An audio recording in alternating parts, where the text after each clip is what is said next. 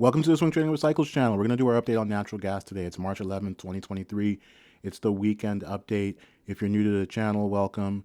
Always take a look at the pinned comment. That'll give you all of the different playlists for the different asset classes that are analyzed here. Welcome. This is a channel where we use trend analysis. We look at price action to understand the trend because that's what prices do. They trend either up or down or sometimes sideways. And right now, natural gas is slipping into a downtrend. Well, and to be more precise, I will say natural gas is presently in a downtrend on, for sure, the 1 hour and 8 hour chart. And now it's a question of if that downtrend is going to be confirmed on the daily, which with the close on this week, this Friday, not great news. So cycles, really helpful way to think about things. This last cycle that just ended on Wednesday, February 22nd, lasted 52 days, 52 trading days. And the rally for that cycle only lasted 5 days. Incredibly bearish. That means you have a 5-day rally and then literally a 47 trading day decline. Now, it doesn't mean every single day was a down day, but that's the point. Like, it trended lower for 47 days. And now we're setting up for potentially some kind of repeat. We've rallied for 7 days this time. And then you have this like really violent reversal. I mean, look at this candle. That was a Friday, big up day. And then Monday, wham, oof. And of course, this is natural gas, Henry Hub futures here. And you can see Friday makes, like, we kind of consolidated at the lower end of the range. You know, you can kind of draw something like that, right? That's the low of this big down candle that followed the Friday candle. So this was just a massive rejection of this whole big up move. Like you can kind of see almost the symmetry, like this big up day just kind of removed by this down day. But then we kind of consolidated for the next couple days. Didn't do too much. BOIL did the same, obviously, because they track each other. And then Friday, something more decisive. And so the most obvious thing that you would expect is Monday's candle to do something like that. Now, that's not a prediction. That's just this kind of candle. I mean, look how it closed on the lows. You have this big upper wick, which means it started green at one point. I mean, not great. And again, we're breaking down out of this range. Now, I always say any low, and this is a lower low, another way of saying, anytime we make a lower low, we break down out of a range, we create the possibility for a false breakdown. Now you can see this kind of move here, like this pivot, we still haven't actually gotten to that level, right? And that's actually a gap up, a gap that never got filled. Yep. And so you can see a gap right there. And so you could see a world where we just slice through that gap pretty easily, or you find some kind of false breakdown happen around that level, but we know that level is probably going to be important. So that's this low here at 2.415, and don't think about it down to the tick by any means. More of a zone. So this is going to be very interesting to watch. Now, in the context of the daily cycle, as I said on Twitter, every day that passes, it's becoming more and more likely that this is your daily cycle high on day 7, right? Just like this was your daily cycle high on day 5. You had another 5-day sort of washout right here, and versus these longer ones, right? Like this is a 15-day rally. You know, even this thing was a 22-day rally. It was kind of ugly here if you got kind of caught here, but I mean, it still resolved and made a higher high than this, albeit, you know, a little bit marginal. So as I said in the previous video, the stakes are pretty simple here, like on that daily chart when you think about it, is like, are we, because we there's still certainly a chance that it kind of holds. Again, you get some kind of false breakdown and then you do something like that, but you're certainly running out of time. And what I would like, let's just kind of really simply think about this in terms of retracement. So from your Pico bottom to the top, right, that's $1. And how much have we come down so far? Okay, about 60 cents. So that means we've retraced, you know, something like 60% of the move.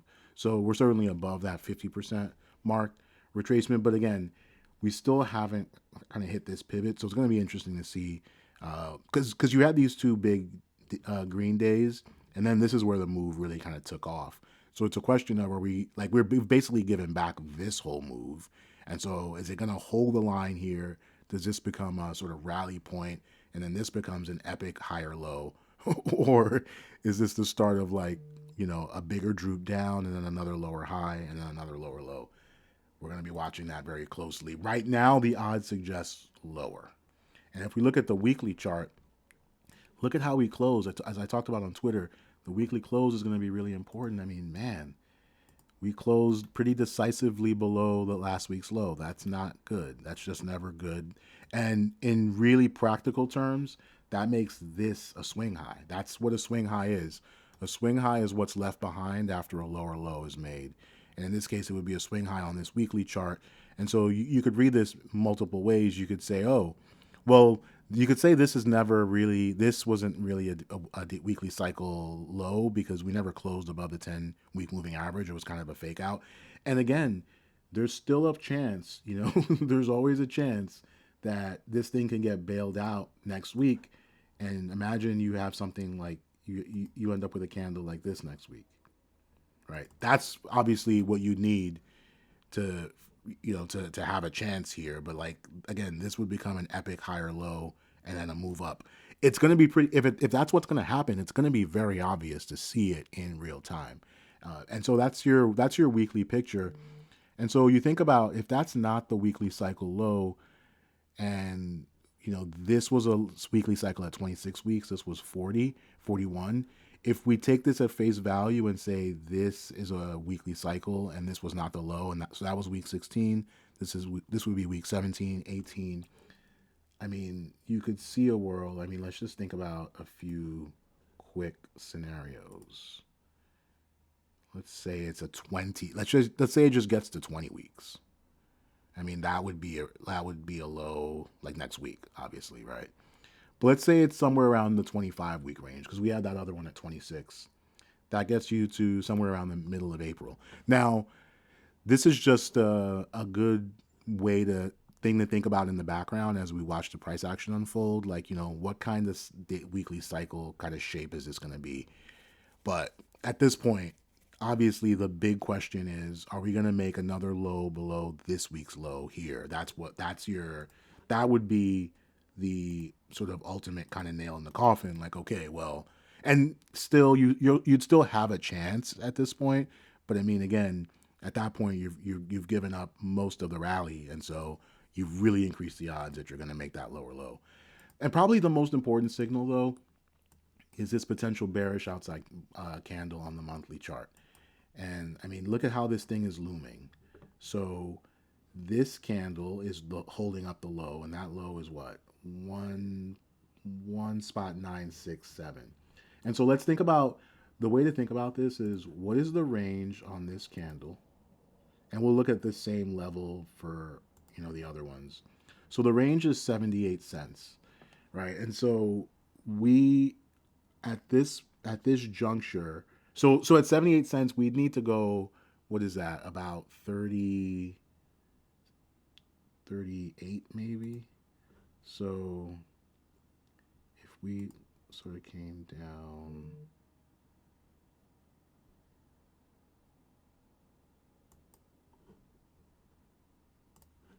okay, so we're a hair away from the 50% retracement mark.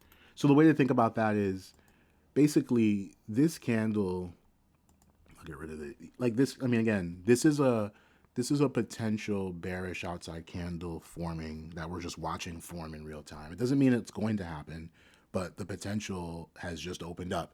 And obviously, if we are in week daily cycle decline, if week 7 was the top, then that means it's very, very likely that this is going to play out. And so again, that's when a candle makes a higher high, but then goes red and eventually makes a lower low as well.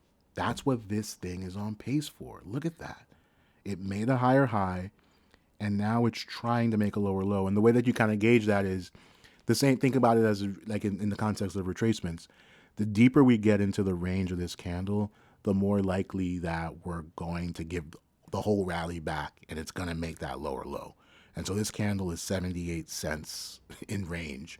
And so 39 cents is the halfway mark there. And we're like at the 36 cent mark. So like we're really close. It's almost, you almost think about it as like, the event horizon of a black hole. Like it doesn't mean it's certainly not 100%. There's no pattern in the world. It's 100%, but it's appreciably more than 50 for sure. I mean, it's probably in the high 70s. And the other great thing is that obviously you can look at lower time frame signals to see if it's really going to unfold. But I mean, this is looming. I mean, just to like be super clear, this candle would fill out and do this, right? It would make a low below that. Now, maybe you then get a rebound, you get some lower wick because you get a rally, who knows? But it gives you a really awesome target for a trade. Like, and we're thinking about like in terms of downside percentage wise, yeah, that's still another 18%. Now, again, we'll see if we get there. It's just important to know that that is in play. So as the price action develops, you're keenly aware of that. And the other thing to note is that it's the last candle of the quarter, right? This is going to be the close of the quarter. So let's take a little peek at the quarterly chart. Oh my God, that is gross. So this is your candle for the quarter. So probably not going to change that much within March. Like we'd have to get a huge rally for this to change substantially. If anything, again, if we're in that daily cycle decline, we'll continue to sort of just give back some of this wick. So you're going to so best case scenario for April is to open as an inside quarter, like somewhere right here, right? If you think about that. So we'll be watching that. That's going to be interesting. And so sets you up for, yes, it sets you up for like, best case scenario, some ugly consolidation and basing. Worst case scenario, a lot more downside, as opposed to like this huge V recovery that I think everyone's expecting or hoping for. But I mean, we're going to watch it in real time, obviously. But again, important to note that that quarterly candle is closing soon. So let's look at, and I guess let's close out with looking at the lower time frames, shall we? So let's look at the 8-hour chart before we go to the 1 hour, because I want to just go to that point that I talked about of like uptrends and downtrends. It's not subjective. It's not subjective. We are either making higher highs and holding higher lows, or we're not, right? We're either in an uptrend, we're in a range, or we're in a downtrend. When we were doing this, very clear it was a downtrend. Lower lows, lower highs. This is your 8-hour chart, mind you. Since this low here, that was your daily cycle low, that again maybe is rolling over here, we clearly moved into a pattern of higher highs and higher lows on the 8-hour chart. And that's why the multiple time frame analysis is so incredibly important, because it allows you to speak to it with precision. So you can literally see it here. So we had this is your swing low candle. We make this high, we make this low. What kind of low is that? It's a higher low. We make this low here, that's a higher low. This low here. These are all higher lows, and then we start to kind of run out of gas a little bit, and then we make this big violent move up, but then we do this, and then we do that. What kind of high is that? That's a lower high. Now this isn't a lower low. This actually held. This is certainly a lower high. And now we have our lower low, another lower high, and another lower low. Now I just want to be really clear. Like again, and this is not subjective. I mean, obviously, exactly where I place this, it's a little bit, this is approximations, but you could put this in a spreadsheet. You can see it, right? So it's not subjective. It's math. So the 8-hour chart was in an uptrend, and now it's in a downtrend. Like it literally rolled over as of this swing high here. I mean, look at this massive 8-hour candle met by this big reversal. Again, you can see that this is the lower time frame version of that daily chart that we were just looking at, where we had the big up day on Friday and then the massive rejection. This is just smaller chunks of 8 hours, obviously. So again, this is a downtrend. That just started on the 8-hour chart. And if we go down to the 1-hour chart, which is obviously just more detail than the 8-hour chart, you can see the trend. Look at that. It's beautiful. Like that's right. Like this gets you a little bit more precision. You can see the lows a little bit, a little bit better, but it's the same idea. And so, and it makes sense. If we're in a downtrend on the 8 hour chart, then by definition, we're obviously in a downtrend on the hourly chart. And so now the question is, I mean, look at these hourly candles. Look at that. That's gnarly. These up that upper wick for 1, 2, 3, 4 hours, just price getting slammed anytime it makes any forward progress. Because these were green candles, right? That's important to keep in mind. Whenever you see massive upper wick like this, it was a green candle at once. I mean, think about what that looked like in real time. It was like, oh wow, we're breaking above this range. No, we're not. That's doji. And then you do it again. No, we're not. Doji. Then you do it like you kind of almost do it again. Doji. Now down. And this is certainly all the hallmarks of a bear flag. Doesn't mean it has to break down, will break down, but that's the pattern. It's clearly after we've broken below these lows, we're now but what I will say is all we can be guaranteed of is that this is consolidation. We're going to see which way it breaks on Monday, but this is your state of play.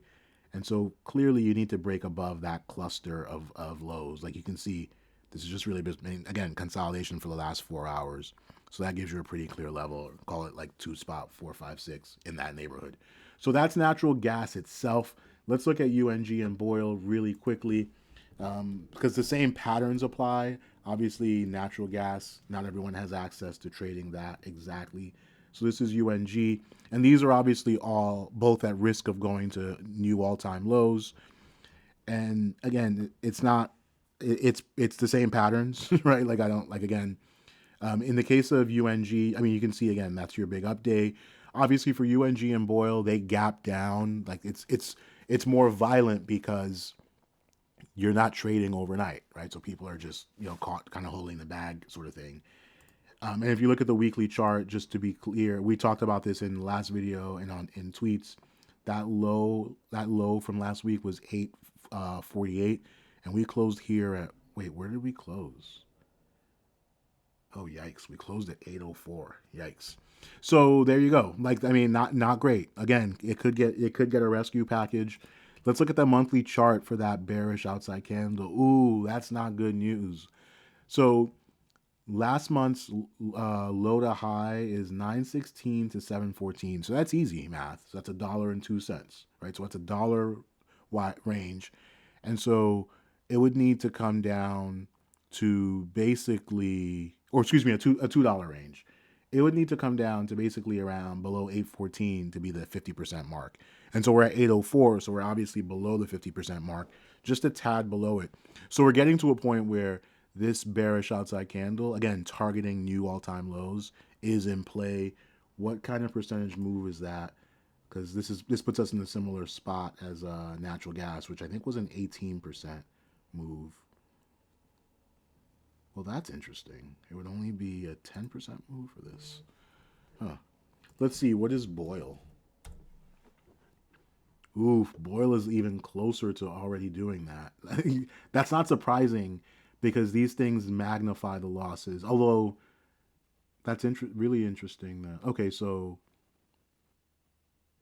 for BOIL, it's another 12% down. Right, and that makes sense. It's less of a percentage down in natural gas because they're closer to already doing that. So for BOIL, that range is 709 to 434. So call it 280 ish kind of thing. Yeah, so we're well below where we'd need to be for it to be above the 50% retracement. Again, not surprising. It magnifies losses. All that to say, the idea that this thing does make a new all-time low is like the probability is incredibly high, right? So that's BOIL, and again, you can see the low from last week. That level that we needed to avoid closing below was $5.86, and we obviously closed much closer to $5. So that's a very decisive close below. This is screaming loud and clear to you in terms of the probabilities that we're going to make a lower low. That may end up being a great buying opportunity. Certainly not something people should want to ride down, obviously. And we will close out by looking at cold, which, as I said, obviously is the reverse. And I mean, look at this thing. It is targeting a move back to $82.81. and we're here at 59 bucks, and you know, very possible that it'll gap up on Monday. So, but that's a 38% move from here.